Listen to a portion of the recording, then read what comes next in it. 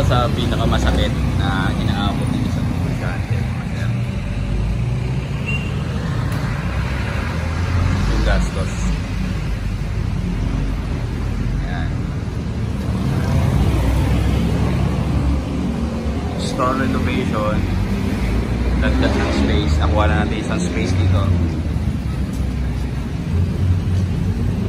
Expansion. Gastos malala. Habulin natin yung December market.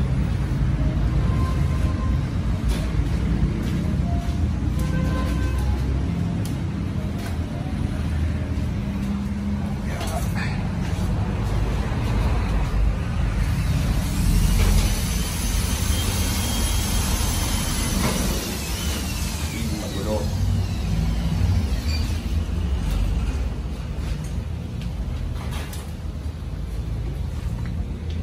Kitchen. Use natin ang kitchen.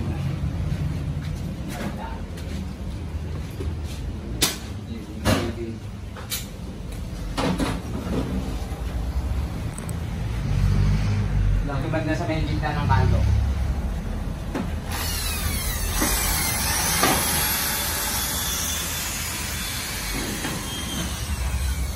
Kahit ako din magiging after niya. We still have 2 to 3 days left para makapag-operate. Super dami ng pumupunta. Napo-frustrate na yung ibang mga customer eh.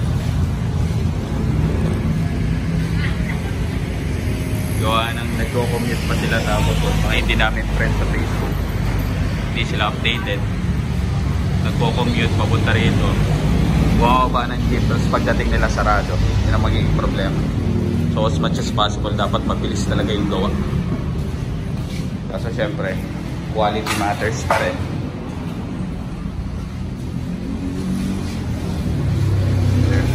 Lawak-lawak na tayo.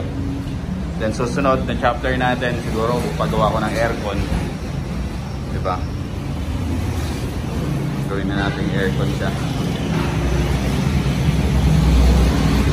Mga 2 years para pwede na rin events, pwede na rin recruitment events dito.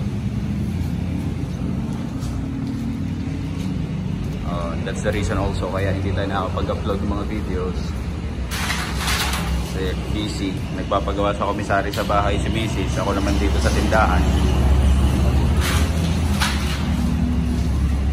Pero comment lang kayo sa mga question nyo. Yung unti-unti ko naman yung ano, unti-unti ko naman yung sagot.